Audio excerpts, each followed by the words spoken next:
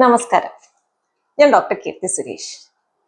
ഇന്ന് നമുക്ക് ഗർഭിണികളുടെ അവസാന 3 മാസം അഥവാ തേർഡ് ട്രൈമസ്റ്റർ എന്ന് പറയുന്ന കാലഘട്ടത്തിനെ പറ്റിയാണ് സംസാരിക്കാൻ പോകുന്നത്. അപ്പൊ അതില് ആ 3 മാസങ്ങളിൽ നമ്മൾ എന്തൊക്കെ എക്സ്പെക്ട് ചെയ്യണം, അതുപോലെ തന്നെ ചെക്കപ്പിന് പോകുമ്പോൾ എന്തൊക്കെ കാര്യങ്ങളായിരിക്കും നടക്കുന്നത്, അതുപോലെ തന്നെ അമ്മയ്ക്കും കുഞ്ഞിനും എന്തൊക്കെ ചേഞ്ചസ് ആണ് ഈ ഒരു 3 മാസത്തെ കാലഘട്ടത്തിൽ ഉണ്ടാവുന്നത്, ഇതൊക്കെയാണ് നമ്മൾ ഇന്ന് പറയാൻ പോകുന്നത്. അപ്പോൾ ഈ തേർഡ് ട്രൈമസ്റ്റർ എന്ന് പറയുമ്പോൾ തുടങ്ങുന്നത് 28 ആഴ്ച മുതൽ 40 ആഴ്ച വരെയാണ്, അല്ലെങ്കിൽ ഡെലിവറി വരെ. കാരണം എല്ലാവർക്കും 40 ആഴ്ച വരെ പ്രഗ്നൻസി നീണ്ടു പോകണമെന്നില്ല. ചിലർക്ക് അതിന് മുന്നേ തന്നെ പ്രസവവേദന വന്ന് പ്രസവിച്ചേക്കാം.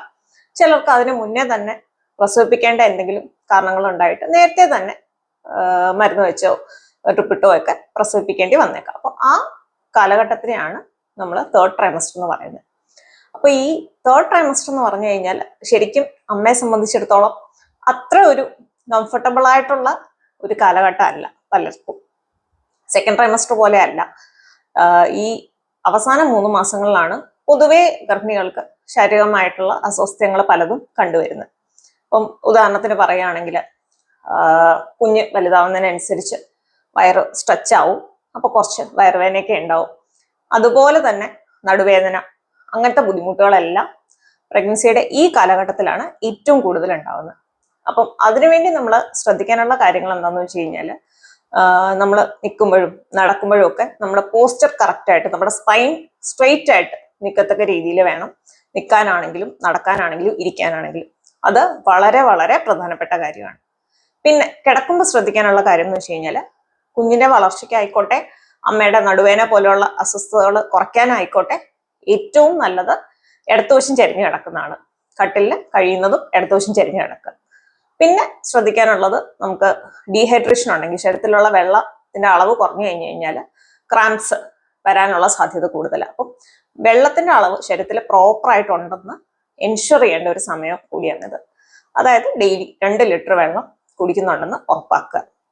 പിന്നെ ഒരു കാര്യം എന്ന് വെച്ച് കഴിഞ്ഞാൽ, ആവശ്യത്തിന് റെസ്റ്റ്.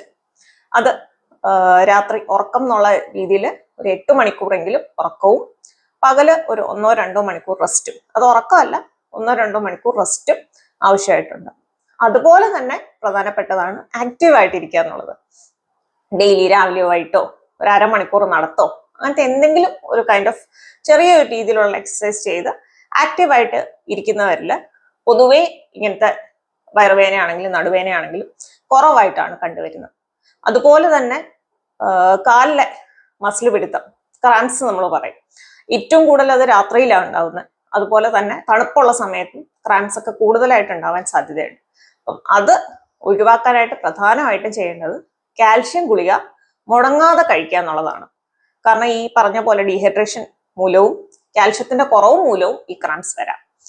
പിന്നെ ആഹാരത്തിൽ കാൽഷ്യത്തിന്റെ അളവ് നന്നായിട്ടുണ്ടാവുക, അതായത് പാലുൽപ്പന്നങ്ങൾ, അതാണ് പ്രധാനമായിട്ടും കാൽഷ്യത്തിന്റെ സോഴ്സ് എന്ന് പറയുന്നത്. പിന്നെ ഇലക്കറികൾ, അപ്പൊ അതൊക്കെ ധാരാളം ആഹാരത്തിൽ ഉൾപ്പെടുത്തുന്നുണ്ടെന്ന് ഒരു ഗർഭിണി ഉറപ്പാക്കേണ്ട സമയം കൂടിയാണ്.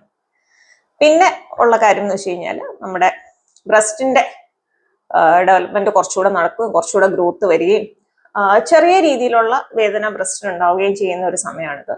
അപ്പൊ ആ സമയത്ത് നമ്മൾ നന്നായിട്ട് ചിലപ്പോൾ പ്രസ് ചെയ്ത് നോക്കിക്കഴിഞ്ഞു കഴിഞ്ഞാൽ യെല്ലോ കളറിലുള്ള ഒരു ദ്രാവകം വരും. അത് മിൽക്കല്ല, അത് കൊളസ്ട്രോൾ ആണ്.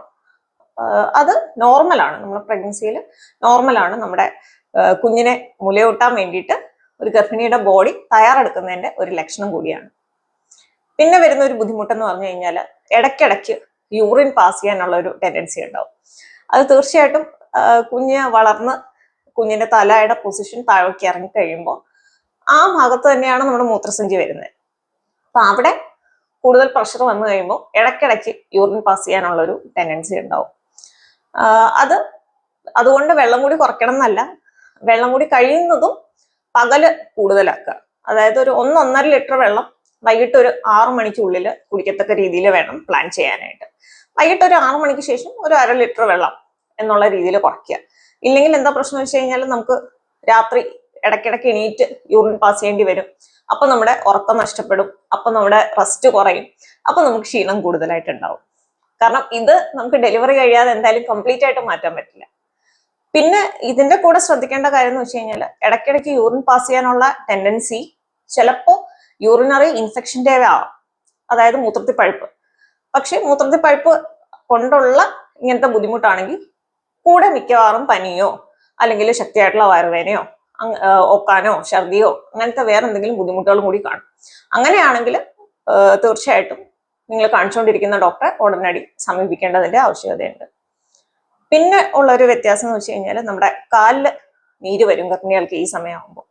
അത് മെയിനായിട്ട് കുഞ്ഞിന്റെ വെയിറ്റ് കൊണ്ട് നമ്മുടെ രക്തക്കൊഴലുകൾ കംപ്രസ്ഡ് ആയിട്ട് പ്രോപ്പറായിട്ട് അതിന്റെ ഡ്രെയിനേജ് നടക്കാത്തതുകൊണ്ടാണ് പ്രധാനമായിട്ടും വരുന്നത്. അപ്പം അതിനും ഈ വെള്ളത്തിന്റെ അളവ് ശരീരത്തിൽ കറക്റ്റ് ആണെന്ന് ഉറപ്പുവരുത്തുക. രക്തക്കുറവൊന്നും ഇല്ല എന്നുള്ളത് ഉറപ്പാക്കുക. കാരണം രക്തക്കുറവുണ്ടെങ്കിലും ശരീരത്തിൽ നീര് വരാനുള്ള സാധ്യത കൂടുതലാണ്. അതുപോലെ തന്നെ പ്രോട്ടീന്റെ കുറവുണ്ട്, ഇതുപോലെ തന്നെ ബുദ്ധിമുട്ട് വരാം. അപ്പം ആഹാരവും അതുപോലെ തന്നെ പ്രോട്ടീൻ റിച്ച് ആയിട്ടുള്ളത് കറക്റ്റായിട്ട് കഴിക്കാനായിട്ട് ശ്രദ്ധിക്കേണ്ടതിന്റെ ആവശ്യകതയുണ്ട്.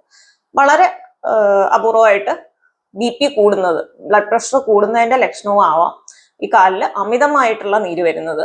അതുപോലെ തന്നെ നീര് വന്നു പക്ഷെ വറ്റിയേ പോകുന്നില്ല, പെയിൻഫുൾ ആയിട്ടുള്ള നീരാണ്, നമ്മൾ പീഡലെഡിമ എന്ന് പറയും. അങ്ങനെയൊക്കെ ഉണ്ടെങ്കിൽ തീർച്ചയായിട്ടും നിങ്ങൾ ഡോക്ടറിനെ കണ്ട് എന്താണ് അതിന്റെ കാരണം എന്ന് കണ്ടുപിടിച്ച് അത് ചികിത്സിക്കേണ്ടതിന്റെ ആവശ്യകതയുണ്ട്. മറ്റൊരു കാര്യം എന്ന് വെച്ച് കഴിഞ്ഞാൽ നമ്മുടെ ഡിസ്ചാർജ്, വെജൈനൽ ഡിസ്ചാർജ് നമ്മൾ പറയും, വെള്ളപ്പൊക്ക്. ആക്ച്വലി പ്രഗ്നൻസി സമയത്ത് നേരിയ രീതിയിലുള്ള വെള്ളപ്പൊക്ക് ഉണ്ടാവും. അത് നമ്മുടെ മുട്ടയുടെ വെള്ള പോലെ ട്രാൻസ്പാരന്റ് ആയിട്ടുള്ള വൈറ്റ് ഡിസ്ചാർജ് ആയിരിക്കും. അത് ഒരു പ്രശ്നമുള്ള കാര്യമല്ല. പക്ഷെ ചിലർക്ക് എന്താന്ന് വെച്ച് കഴിഞ്ഞാൽ ഗർഭിണിയായിരിക്കുന്ന സമയത്ത് ഫംഗൽ ഇൻഫെക്ഷൻ വരാൻ സാധ്യത കൂടുതലാണ്. അപ്പോൾ അതിന്റെ ഭാഗമായിട്ട് തൈര് പോലെ പിരിഞ്ഞ് നല്ല കട്ടിയായിട്ട് വരികയോ അല്ലെങ്കിൽ ചൊറിച്ചിൽ പോലെ ഉണ്ടാവുകയോ ചെയ്യുകയാണെങ്കിൽ തീർച്ചയായിട്ടും ഒരു ഡോക്ടറെ കാണിച്ച് അതിന്റെ ചികിത്സ എടുക്കേണ്ടതിന്റെ ആവശ്യമുണ്ട്.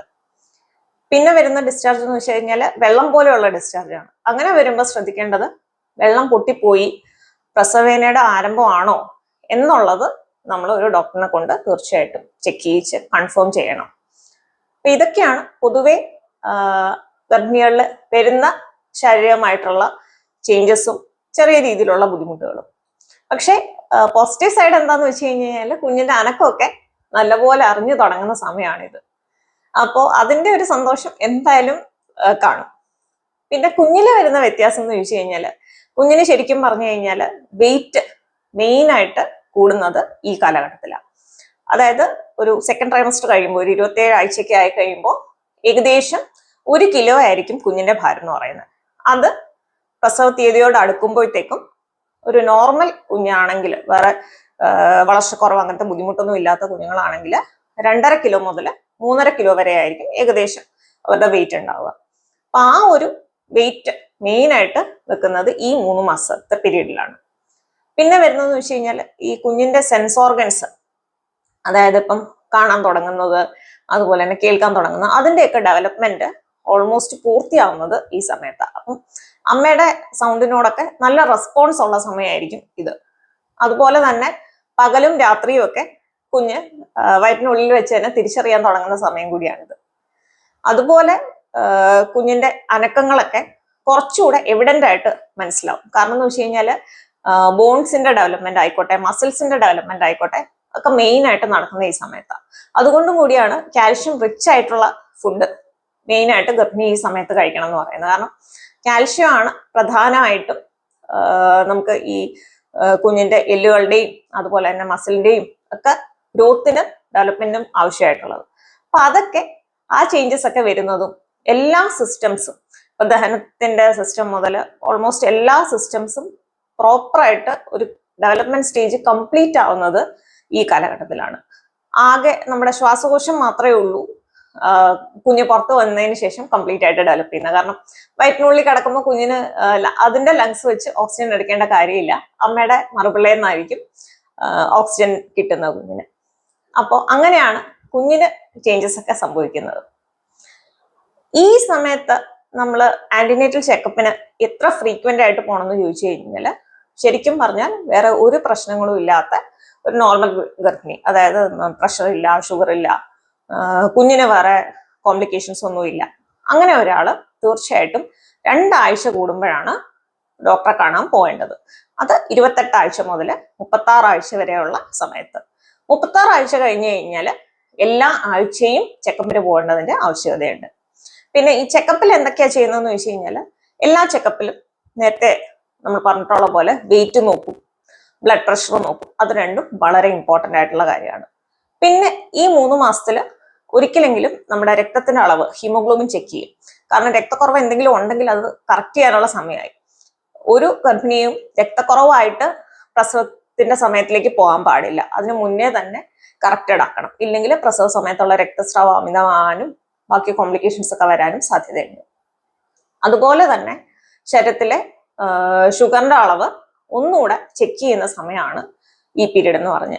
കാരണം ചിലപ്പം ആദ്യത്തെ 3 മാസത്തിലും ചെക്ക് ചെയ്തിട്ടുണ്ടാവും, രണ്ടാമത്തെ 3 മാസത്തിലും എപ്പോഴെങ്കിലും ചെക്ക് ചെയ്തിട്ടുണ്ടാവും. പക്ഷെ ഒന്നുകൂടി റീചെക്ക് ചെയ്യേണ്ടതിന്റെ ആവശ്യകതയുണ്ട്. കാരണം പലർക്കും പ്രഷർ ആയിക്കോട്ടെ, ഇതുപോലെ തന്നെ പ്രമേഹം ആയിക്കോട്ടെ, എല്ലാം അവസാന 3 മാസങ്ങളിൽ നമ്മൾ കണ്ടുപിടിക്കാറുണ്ട്. അപ്പൊ അതിന് വേണ്ടിയിട്ട് ഒന്നുകൂടി ആ ചെക്കപ്പിന്റെ ആവശ്യമുണ്ട്. പിന്നെ ഉള്ള കാര്യം എന്ന് വെച്ച് കഴിഞ്ഞാൽ അൾട്രാസൗണ്ട് സ്കാനിങ്. അൾട്രാസൗണ്ട് സ്കാനിങ് പൊതുവേ നമ്മൾ ഗ്രോത്ത് സ്കാൻ എന്ന് വിളിക്കുന്ന സ്കാനിങ് പൊതുവെ ഈ 3 മാസത്തിലായിരിക്കും ചെയ്യുന്നത്. അപ്പോൾ എന്തെങ്കിലും ഈ പറയുന്ന പോലെ കോംപ്ലിക്കേഷൻസ് ഉള്ളവരാണെങ്കിൽ നിർബന്ധമായിട്ടൊരു 28 മുതൽ 32 ആഴ്ചക്കകത്ത് ഒരു സ്കാനിങ് ഉണ്ടാവും. അതുപോലെ തന്നെ മാസം തികയുന്ന സമയം, മാസം തികയുന്നെന്ന് പറഞ്ഞു കഴിഞ്ഞാൽ 37 ആഴ്ചയാണ് നമുക്ക് മാസം തികയുന്ന പീരീഡ് എന്ന് പറയുന്നത്. ആ സമയത്തും ഒരു സ്കാനിങ് ഉണ്ടാവും. വലിയ കോംപ്ലിക്കേഷൻസ് ഒന്നും ഇല്ലാത്ത ഒരു നോർമൽ പ്രഗ്നൻസി ആണെങ്കിൽ ഡേറ്റ് അടുപ്പിച്ചുള്ള ഒരു സ്കാനിങ് ചെയ്താലും മതി. അപ്പോൾ ആ രീതിയിലാണ് സ്കാനിങ്ങിന്റെ കാര്യം. പിന്നെ എക്സ്ട്രാ ആയിട്ട് ഈ പീരീഡിൽ വരുന്ന ടെസ്റ്റാണ് NST എന്ന് പറയുന്നത്. NST നമ്മൾ പ്രധാനമായിട്ടും ചെയ്യുന്നതെന്ന് വെച്ച് കഴിഞ്ഞാൽ it's A non stress test. അത് കുഞ്ഞിന്റെ മൂവ്മെന്റ് എല്ലാം നോർമലാണ്, കുഞ്ഞിന്റെ ഹാർട്ട് ബീറ്റിന് പ്രശ്നമൊന്നുമില്ല, അതെല്ലാം നമ്മൾ കൺഫേം ചെയ്യാൻ വേണ്ടിയിട്ട് ചെയ്യുന്ന ഒരു ടെസ്റ്റാണ് ഈ NST എന്ന് പറയുന്നത്. അത് നമ്മൾ ഈ കാലഘട്ടത്തിലാണ് പ്രധാനമായിട്ടും ചെയ്യുന്നത്. ചിലപ്പോൾ ചെക്കപ്പിന് മുമ്പ് ചെയ്യും, അഡ്മിഷൻ ആവുമ്പോൾ തീർച്ചയായിട്ടും ചെയ്യും. അപ്പോൾ അതൊക്കെയാണ് നമ്മൾ ഈ പീരീഡിൽ ചെയ്യുന്ന ആന്റിനേറ്റൽ ചെക്കപ്പിന്റെ സമയത്ത് ഉണ്ടാവുന്ന കാര്യങ്ങൾ. പിന്നെ പ്രധാനമായിട്ടും ചെക്കപ്പിന് പോകുമ്പോൾ വീട്ടിൽ ചെന്നിട്ട് ചെയ്യാൻ പറയുന്ന കാര്യങ്ങൾ എന്ന് വെച്ചാൽ, ഒന്ന് daily foetal movement count, DFMC എന്ന് നമ്മൾ പറയും. അതെന്താന്ന് വെച്ച് കഴിഞ്ഞാൽ കുഞ്ഞിന്റെ അനക്കം അമ്മ ശ്രദ്ധിക്കുന്നതിന്റെ കാര്യമാണ്. കുഞ്ഞിന്റെ മൂവ്മെന്റ്സ് ഒക്കെ ഞാൻ പറഞ്ഞല്ലോ കറക്റ്റായിട്ട് അറിഞ്ഞു തുടങ്ങുന്ന ഈ സമയത്തായിരിക്കും. കൗണ്ട് ചെയ്യാൻ പറ്റുന്ന രീതിയിൽ അറിയുന്നത് ഈ സമയത്തായിരിക്കും. അപ്പൊ ഈ സമയത്ത് ഗർഭിണികൾ അനക്കം ശ്രദ്ധിക്കണം എന്ന് പറയുന്നത് നമ്മുടെ പ്രധാനപ്പെട്ട ആഹാരങ്ങൾ, അതായത് ബ്രേക്ക്ഫാസ്റ്റ്, ലഞ്ച്, ഡിന്നർ, ഈ 3 ആഹാരം കഴിച്ചതിന് ശേഷവും ഒരു മണിക്കൂർ വെയിറ്റ് ചെയ്യുക. 1 മണിക്കൂർ കഴിഞ്ഞതിന് ശേഷം കട്ടിലില് ഇടത്തുവശം ചരിഞ്ഞ് കിടക്കുക. എന്നിട്ട് 1 മണിക്കൂറത്തേക്ക് അനക്കം ശ്രദ്ധിക്കുക. ഈ 1 മണിക്കൂറിൽ മിനിമം 3 അനക്കം വേണമെന്നാണ് പഠനങ്ങൾ പറയുന്നത്. അതായത് അങ്ങനെ 3 അനക്കമെങ്കിലും കിട്ടുന്നുണ്ടെങ്കിൽ അത് കുഞ്ഞിന്റെ ആരോഗ്യസ്ഥിതി നല്ലതായിട്ടാണ് ഇരിക്കുന്നത് എന്നുള്ള റീഅഷ്വറൻസ് ആണ്. അപ്പൊ കുഞ്ഞിന് എന്തെങ്കിലും ബുദ്ധിമുട്ട്, അതായത് വളർച്ചക്കുറവിന്റെ ഭാഗമായിട്ടോ അല്ലെങ്കിൽ ഹൃദയത്തുടിപ്പിന് എന്തെങ്കിലും വ്യത്യാസമോ ഒക്കെ വരുന്നതിന് മുന്നേ ഈ അനക്കമായിരിക്കും ആദ്യം കുറയുന്നത്. അപ്പൊ അങ്ങനെ നോക്കിയിട്ട് അനക്കക്കുറവ് എന്തെങ്കിലും ഉണ്ടെങ്കിൽ തീർച്ചയായിട്ടും ഒരു ഡോക്ടറുടെ സേവനം തേടേണ്ടതിന്റെ ആവശ്യകതയുണ്ട്. അപ്പം ഇതാണ് വീട്ടിൽ ചെന്നിട്ട് ചെയ്യാനായിട്ട് ഡോക്ടർ പ്രധാനമായിട്ടും ഈ സമയത്ത് പറയുക, അനക്കം ശ്രദ്ധിക്കാന്ന് നമ്മൾ പറയും. രണ്ടാമത്തെ കാര്യം എന്ന് വെച്ച് കഴിഞ്ഞാൽ ടാബ്ലറ്റ്സ് കറക്റ്റായിട്ട് കഴിക്കാം. അയൺ ആണെങ്കിലും കാൽഷ്യം ആണെങ്കിലും കറക്റ്റായിട്ട് ഈ സമയത്ത് കഴിക്കേണ്ടതിന്റെ ആവശ്യകതയുണ്ട്. അയൺ നേരത്തെ ഞാൻ പറഞ്ഞ പോലെ രക്തക്കുറവൊക്കെ വന്നു കഴിഞ്ഞു കഴിഞ്ഞാൽ പ്രസവ സമയത്ത് കോംപ്ലിക്കേഷൻസ് കൂടുതലായിരിക്കും. കാൽഷ്യം കഴിച്ചെങ്കിൽ മാത്രമേ കുഞ്ഞിന്റെ അസ്ഥിയും മസിൽസും എല്ലാം നോർമലായിട്ട് ഡെവലപ്പ് ചെയ്ത് വരത്തുള്ളൂ. അമ്മയ്ക്കും വേറെ വലിയ ക്രാംസ് അങ്ങനത്തെ ബുദ്ധിമുട്ടൊന്നും ഇല്ലാതിരിക്കുകയുള്ളൂ. അപ്പൊ ഇത് 2 കാര്യങ്ങളുമാണ് നമുക്ക് തിരിച്ച് ചെക്കപ്പ് കഴിഞ്ഞിട്ട് വീട്ടിൽ ചെന്നാലും ശ്രദ്ധിക്കാനുള്ള കാര്യങ്ങൾ. ഇനി നമ്മൾ ഹോസ്പിറ്റലിലേക്ക് പോകുന്നത് എന്തൊക്കെ ബുദ്ധിമുട്ടുകൾ വരുമ്പോഴാണ്? ഒന്നുകിൽ നമുക്ക് ഇന്ന ഡേറ്റ് പറഞ്ഞിട്ടുണ്ടാവും, അത് ഓരോ ഗർഭിണിക്കും വ്യത്യാസം വരും. ചിലർക്ക് ഡേറ്റ് വരെയും പ്രസവവേദന വരാനായിട്ട് നമുക്ക് വെയിറ്റ് ചെയ്യാം. ചിലർക്ക് എന്തെങ്കിലുമൊക്കെ ചെറിയ കോംപ്ലിക്കേഷൻസ് ഉണ്ടെങ്കിൽ ഡേറ്റ് വരെയും പോകാൻ പറ്റത്തില്ല. അത് ഓരോരുത്തരും വ്യത്യാസപ്പെട്ടിരിക്കും. അതായത് ഉദാഹരണത്തിന് BP അഥവാ ബ്ലഡ് പ്രഷർ ഒത്തിരി കൂടിയവർക്ക് നമുക്ക് ഡേറ്റ് വരെ കൊണ്ടുപോകാൻ പറ്റത്തില്ല, 40 ആഴ്ച വരെ കൊണ്ടുപോകാൻ പറ്റത്തില്ല. അതിന് മുന്നേ 38 ആഴ്ചയിലൊക്കെ നമുക്ക് പ്രസവിപ്പിക്കേണ്ടതായിട്ട് വരും. അതല്ലാതെ എമർജൻസി ആയിട്ട് നമ്മൾ എന്തൊക്കെ വാർണിംഗ് സിഗ്നൽസ് ഉള്ളപ്പോഴാണ് ആശുപത്രിയിലേക്ക് പോകേണ്ടതെന്ന് ചോദിച്ചു കഴിഞ്ഞാൽ ഏറ്റവും പ്രധാനപ്പെട്ടത് പ്രസവ വേദന. പ്രസവ വേദന എന്ന് പറയുമ്പോൾ ഈ 3 മാസത്തില് പല ഗർഭിണികൾക്കും ഇങ്ങനെ വയറ് മുറുകി വരുന്ന പോലെ അങ്ങനത്തെ ബുദ്ധിമുട്ടുണ്ടാവും. അപ്പോൾ അത് ശരിക്കുള്ള പ്രസവ വേദന, അതായത് ട്രൂ ലേബർ പെയിൻസ് ആവാം, അല്ലെങ്കിൽ ഫോൾസ് ലേബർ പെയിൻ ആവാം. ഈ ഫോൾസ് ലേബർ പെയിന്റെ പ്രത്യേകത എന്താണെന്ന് വെച്ച് കഴിഞ്ഞാൽ ഈ വയറ് മുറുകി വരും, പക്ഷെ പെയിൻ ഉണ്ടാവില്ല. ഗർഭിണിക്ക് പെയിൻ ആയിട്ട് തോന്നില്ല, വയറ് നമ്മൾ നോക്കുമ്പോൾ മുറുകി വരുന്ന പോലെ തോന്നും. അത് ഒരു ഫോൾസ് ലേബർ പെയിന്റെ ലക്ഷണമാണ്. ശരിക്കുമുള്ള പ്രസവ വേദന എന്ന് പറയുമ്പോഴത്തേനും ഗർഭിണിക്ക് വയറുവേദന ഉണ്ടാവാം, നടുവേദന ഉണ്ടാവും. കാരണം എല്ലാവർക്കും വയറുവേദന ആയിട്ടായിരിക്കണം തോന്നുന്നത് നിർബന്ധമില്ല. ചിലർക്ക് നടുവേദന മാത്രമേ ഉണ്ടാവുള്ളൂ, അതിന്റെ കൂടെ വയറ് മുറുകി വരും. എന്ന് മാത്രമല്ല അതിന്റെ ഫ്രീക്വൻസി കൂടി വരും, അതുപോലെ തന്നെ ഡ്യൂറേഷൻ കൂടി വരും. ആദ്യം ഒരു 5 മിനിറ്റ് നിൽക്കുന്നുണ്ടെങ്കിൽ പിന്നെ ഒരു അരമണിക്കൂർ കഴിയുമ്പോൾ 10 മിനിറ്റ് നിൽക്കുന്ന വേദനയായിരിക്കും. ആദ്യം നമ്മൾ നോക്കുമ്പോൾ ഒരു 10 മിനിറ്റിൽ ഒരു വേദനയ്ക്കേ വരുന്നുള്ളെങ്കിൽ അങ്ങോട്ട് പോകുമ്പോൾ ഒരു 10 മിനിറ്റ് തന്നെ 2 or 3 തവണ വേദന വന്നു പോകും. അപ്പൊ അങ്ങനെ കൂടി വരുന്ന വേദന എന്ന് പറഞ്ഞു കഴിഞ്ഞാൽ ട്രൂ ലേബർ പെയിൻ, അതായത് ശരിക്കുള്ള പ്രസവവേദനയുടെ ലക്ഷണമാണ്. അപ്പൊ അങ്ങനെ തോന്നുന്നുണ്ടെങ്കിൽ തീർച്ചയായിട്ടും ഹോസ്പിറ്റലിൽ പോകേണ്ടതിന്റെ ആവശ്യകതയുണ്ട്. രണ്ടാമത്തെ കാര്യം ഞാൻ നേരത്തെ പറഞ്ഞ പോലെ വെള്ളം പൊട്ടി പോവുക എന്നുള്ളതാണ്. അതായത് വാട്ടർ ലീക്കേജ്. കുഞ്ഞിന് ചുറ്റും ഒരു വെള്ളത്തിന്റെ പ്രൊട്ടക്ഷനിലാണ് കുഞ്ഞ് കിടക്കുന്നത്. അപ്പൊ അത് പൊട്ടിപ്പോകുന്നത് യൂഷ്വലി പ്രസവവേദന തുടങ്ങുന്നതിന്റെ ഒരു ലക്ഷണമാണ്. വെള്ളം പൊട്ടി കാലിക്കൂടെ ഒലിച്ചു പോവുക, അങ്ങനത്തെ എന്തെങ്കിലും ബുദ്ധിമുട്ട് തോന്നുവാണെങ്കിലും തീർച്ചയായിട്ടും ഉടനെ തന്നെ ഹോസ്പിറ്റലിൽ പോകണം. പിന്നെ വരുന്ന ഒരു കാര്യമാണ് സ്പോട്ടിങ് അല്ലെങ്കിൽ ബ്ലീഡിങ് എന്ന് പറയുന്നത്. ഈ സ്പോട്ടിങ് എന്ന് പറയുന്നത് വെച്ച് കഴിഞ്ഞാൽ നമ്മുടെ ഗർഭപാത്രത്തിന്റെ മുഖം, അതായത് സെർവിക്സ് നമ്മൾ പറയും, ആ ഭാഗത്ത് കുഞ്ഞിന് ഒരു പ്രൊട്ടക്ഷൻ കിട്ടാൻ വേണ്ടിയിട്ട് ഒരു മ്യൂക്കസ് പ്ലഗ് എന്ന് പറയുന്ന സാധനം അടഞ്ഞിരിപ്പുണ്ട്. അത് കുഞ്ഞിന്റെ പ്രൊട്ടക്ഷന് വേണ്ടിയിട്ടുള്ളതാണ്. പക്ഷെ പ്രസവവേദന വന്ന് യൂട്രസ് പ്രസവത്തിന് റെഡി ആകുമ്പോഴത്തേക്കും ഈ മ്യൂക്കസ് പ്ലഗ് അങ്ങ് അവിടുന്ന് ഇളകിപ്പോവും, ഡിസ്ലോഡ് ചെയ്തു പോകും. അപ്പോൾ അതൊരു ബ്ലഡ് സ്റ്റെയിനോട് കൂടിയായിരിക്കും പുറത്തു വരുന്നത്. അപ്പോൾ ഒരു വഴുവഴുത്ത ദ്രാവകം, പക്ഷെ കുറച്ച് ബ്ലഡ് സ്റ്റെയിനിങ് ഉള്ളത്, അതിനെ നമ്മൾ ഷോ എന്നായിരിക്കും പറയുന്നത്. അപ്പൊ ഈ ഷോ പോലെ കാണുന്ന അല്ലെങ്കിൽ ഇങ്ങനത്തെ മ്യൂക്കോയിഡ് ഡിസ്ചാർജ് ബ്ലഡ് സ്റ്റെയിൻഡ് ആയിട്ട് വരുന്നത് പ്രസവവേദനയുടെ തുടക്കമാവും. അപ്പോൾ അങ്ങനെ കാണുന്നുണ്ടെങ്കിലും തീർച്ചയായിട്ടും ഉടനെ ഹോസ്പിറ്റലിൽ പോകണം. പക്ഷെ ചിലർക്ക് എന്താണെന്ന് വെച്ച് കഴിഞ്ഞാൽ ബ്ലീഡിംഗ് ആയിട്ട് തന്നെ വരാം. അത് 2 തരത്തിലുള്ള ബ്ലീഡിംഗ് ഉണ്ട്. ചിലർക്ക് വേദനയോട് കൂടിയ ബ്ലീഡിംഗ് വരാം, ചിലർക്ക് വേദന ഇല്ലാത്ത ബ്ലീഡിംഗ് വരാം. വേദന ഇല്ലാത്ത ബ്ലീഡിംഗ് യൂഷ്വലി വരുന്നത് മറുപിള്ള താഴെ ആയിരിക്കുന്ന അവസരത്തിലാണ്. വേദനയോട് കൂടിയ ബ്ലീഡിംഗ് വരുന്നത് നമ്മൾ പറയുന്ന മറുപിള്ള വിട്ടുപോരുന്ന അവസ്ഥയുണ്ട്, അബ്രപ്ഷ്യോ പ്ലാസന്റ എന്ന് പറയും. അപ്പൊ ഈ 2 കേസിലും നമുക്ക് ബ്ലീഡിംഗ് ആയിട്ട് വരും. അപ്പൊ ഇങ്ങനെ എന്തെങ്കിലും ബ്ലീഡിംഗ് കണ്ടു കഴിഞ്ഞാലും ഉടനെ ഹോസ്പിറ്റലിൽ പോകണം. കാരണം ഇത് അമ്മയുടെയും കുഞ്ഞിന്റെയും ജീവന ഭീഷണി ആയേക്കാവുന്ന ഒരു പ്രശ്നമാണ്. അപ്പൊ അതൊന്നും നമ്മൾ വെച്ചുകൊണ്ടിരിക്കാൻ പാടില്ല. വീട്ടില് ഉടനെ തന്നെ ഹോസ്പിറ്റലിൽ പോകണം. പിന്നെ ഉള്ള ഒരു കാര്യം എന്ന് വെച്ച് കഴിഞ്ഞാൽ കുഞ്ഞിന്റെ അനക്കത്തിലെ കുറവ്. നേരത്തെ ഞാൻ പറഞ്ഞ പോലെ 1 മണിക്കൂർ വെച്ച് നമ്മൾ 3 നേരവും നോക്കുന്നു, പക്ഷെ 3 അനക്കം പോലും കിട്ടുന്നില്ല. രാവിലെ നോക്കി 1 അനക്കേ കിട്ടിയുള്ളൂ, ഉച്ചയ്ക്ക് നോക്കി 1 അനക്കേ കിട്ടിയുള്ളൂ. അപ്പൊ അത്രയും അനക്കക്കുറവ് തോന്നുകയാണെങ്കിൽ തീർച്ചയായിട്ടും ആശുപത്രിയിൽ പോകണം. കാരണം കുഞ്ഞിന്റെ അനക്കം കുറയുന്നത് കുഞ്ഞിന്റെ ഹൃദയത്തുടിപ്പിലുള്ള വ്യത്യാസം വരെയും കുഞ്ഞിന് എന്തെങ്കിലും ഹെൽത്ത് പ്രശ്നം ഉണ്ടെങ്കിലും ആണ് പൊതുവെ ഇതുപോലെ വരുന്നത്. അപ്പൊ അത് ഉടനെ തന്നെ ഹോസ്പിറ്റലിൽ നമ്മൾ പോയി എന്താണെന്നുള്ളത് ചെക്ക് ചെയ്ത് നോക്കേണ്ടതിന്റെ ആവശ്യകതയുണ്ട്. പിന്നെ ഈ സമയത്ത് നമുക്ക് വരാൻ ചാൻസ് ഉള്ള കാര്യം എന്ന് വെച്ച് കഴിഞ്ഞാൽ ഗർഭിണികൾക്ക് അണുബാധകൾ എന്തെങ്കിലും വരാം. ഉദാഹരണത്തിന് പനി, ചുമ, അല്ലെങ്കിൽ മൂത്രത്തിൽ പഴുപ്പിന്റെ എന്തെങ്കിലും ലക്ഷണങ്ങൾ അങ്ങനെയൊക്കെ വന്നാലും ഉടനെ തന്നെ ഹോസ്പിറ്റലിൽ നമ്മൾ പോകണം. കാരണം ഇങ്ങനത്തെ അണുബാധകളൊക്കെ വരുമ്പോൾ കുഞ്ഞിന്റെ ഹൃദയത്തുടിപ്പിന് വ്യത്യാസം വരാനും കുഞ്ഞിന്റെ അനക്കം കുറഞ്ഞു പോകാനും നിന്നു പോകാനും ഒക്കെ സാധ്യത വളരെ കൂടുതലാണ്. അപ്പോൾ അങ്ങനെയുള്ള കേസിൽ തീർച്ചയായിട്ടും പെട്ടെന്ന് തന്നെ ഹോസ്പിറ്റലിൽ പോകേണ്ടതിന്റെ ആവശ്യകതയുണ്ട്. പിന്നെ പ്രഷറുള്ള ആൾക്ക്, അതായത് ബ്ലഡ് പ്രഷർ കൂടി അതിന് മെഡിസിൻ എടുക്കുന്ന ഗർഭിണികൾക്കാണെങ്കിൽ തലവേദനയോ കണ്ണുമങ്ങലോ അതുപോലെ കാലിലെ നീര് അധികമായിട്ട് വരിക, വേദനയോട് കൂടിയ നീര് വരിക, അങ്ങനെ ബുദ്ധിമുട്ടുകൾ എന്തെങ്കിലും തോന്നുകയാണെങ്കിലും ഉടനെ തന്നെ ഹോസ്പിറ്റലിൽ പോകേണ്ടത് ആവശ്യമാണ്. അപ്പോൾ കുറച്ചൊരു ഡിസ്കംഫർട്ട് ഉള്ള ഒരു കാലഘട്ടമാണെങ്കിൽ പോലും നമ്മൾ ഹെൽത്തി ആയിട്ട് ഫുഡ് കഴിക്കുകയും കറക്റ്റായിട്ട് മെഡിസിൻസ് കഴിക്കുകയും പ്രോപ്പറായിട്ട് ചെറിയ രീതിയിലുള്ള എക്സസൈസെങ്കിലും അറ്റ്ലീസ്റ്റ് ഒരു 1/2 മണിക്കൂർ നടക്കുകയെങ്കിലും ചെയ്യുകയും ആക്റ്റീവായിട്ടിരിക്കുകയും ഹാപ്പി ആയിട്ടിരിക്കുകയും കുഞ്ഞിന്റെ അനക്കമൊക്കെ ശ്രദ്ധിക്കുകയും ചെയ്തു കഴിഞ്ഞു കഴിഞ്ഞാൽ വലിയൊരു ബുദ്ധിമുട്ടൊന്നും ഇല്ലാതെ കടന്നു പോകുന്ന ഒരു കാലഘട്ടമാണിത്.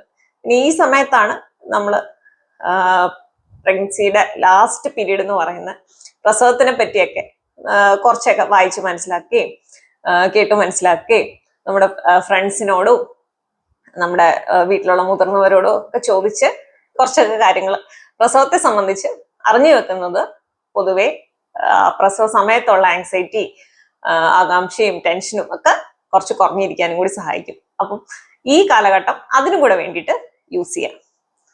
അപ്പോൾ എന്തെങ്കിലും സംശയങ്ങൾ ഉണ്ടെങ്കിൽ തീർച്ചയായിട്ടും നിങ്ങൾ കമന്റ് സെക്ഷനിൽ കമന്റ് ചെയ്യുക, ഞാൻ റിപ്ലൈ ചെയ്യുന്നതായിരിക്കും. പുതിയൊരു ടോപ്പിക്കായിട്ട് കാണുന്നവരെ നന്ദി.